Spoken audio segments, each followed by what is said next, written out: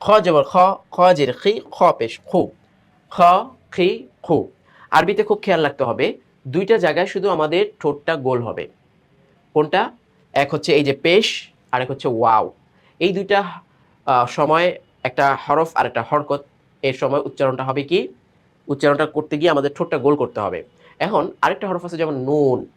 এখন নুনে কিন্তু যদিও আমরা ঠোঁটটাকে গোল করি, নুন হরফটার জন্য না। নুন হরফটাকে লিখতে গিয়ে পেশ ব্যবহার করা লাগে। যেমন নুন ওয়াও পেশ নু, নুন দুই পেশ নুন, নু নুন। ওটাকে যখন আমরা বলি নুন, তো পেশের কারণে আসলে ঠোঁটটা গোল হয়। তো নুন হরফটার জন্য না, বরং নুন হরফটাকে ভেঙ্গে লেখার জন্য বা পড়ার জন্য যেই শব্দটা আমরা ব্যবহার করি মুখ দিয়ে, সেটাকে পেশের জন্য গোল করতে হয়। এছাড়া আর কোনো হরফ উচ্চারণ করতে গিয়ে বা হরকত উচ্চারণ করতে গিয়ে কখনোই ঠোঁট গোল করা যাবে না, তাহলে সহি উচ্চারণটা হবে না। কফ জবর ক, কফ জের কি, কফ পেশ কু, ক কি কু। কাফ জবর কা, কাফ জের কি, কাফ পেশ কু, কা কি কু। জিম জবর যা, জিম জের জি, জিম পেশ চু, যা জি জু। শিন জবর শা, শিন জের শি, শিন পেশ সু, শা শি সু।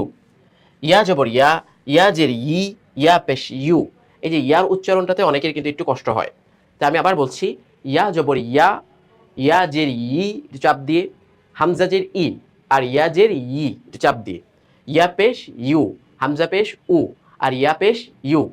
তো ইয়া ই ইউ, আ ই উ। ঠিক আছে, হামজার ইয়ার পার্থক্য হয়ে গেল। দদ জবর দ, দদ জের দি, দদ পেশ দু। তো দদের উচ্চারণ যেমন মাখরাজ, জিহ্বার গোড়ার কিনারা উপরে মাড়ি দাঁতে গোড়ার সঙ্গে লেগে আওয়াজটা মোটা হবে।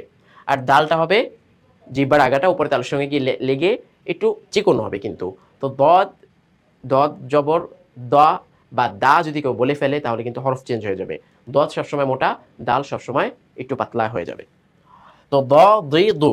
এরপরে কি? লাম জবর লা, লাম জের লি, লাম পেশ লু, লা লি লু। নুন জবর না, নুন জের নি, নুন পেশ নু, না নি নু।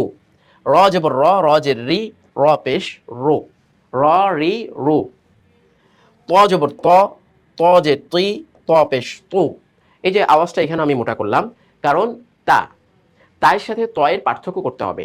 তা যদি হয় এরকম চিকন পাতলা, তা জবর তা, তা যে তি, তা পেশ তু। ত জবর ত মোটা, যেই মাখরাজ সেই মাখরাজ থেকে এবং আওয়াজটা মোটা হবে। ত জের তি, ত পেশ তু, এভাবে মোটা করে।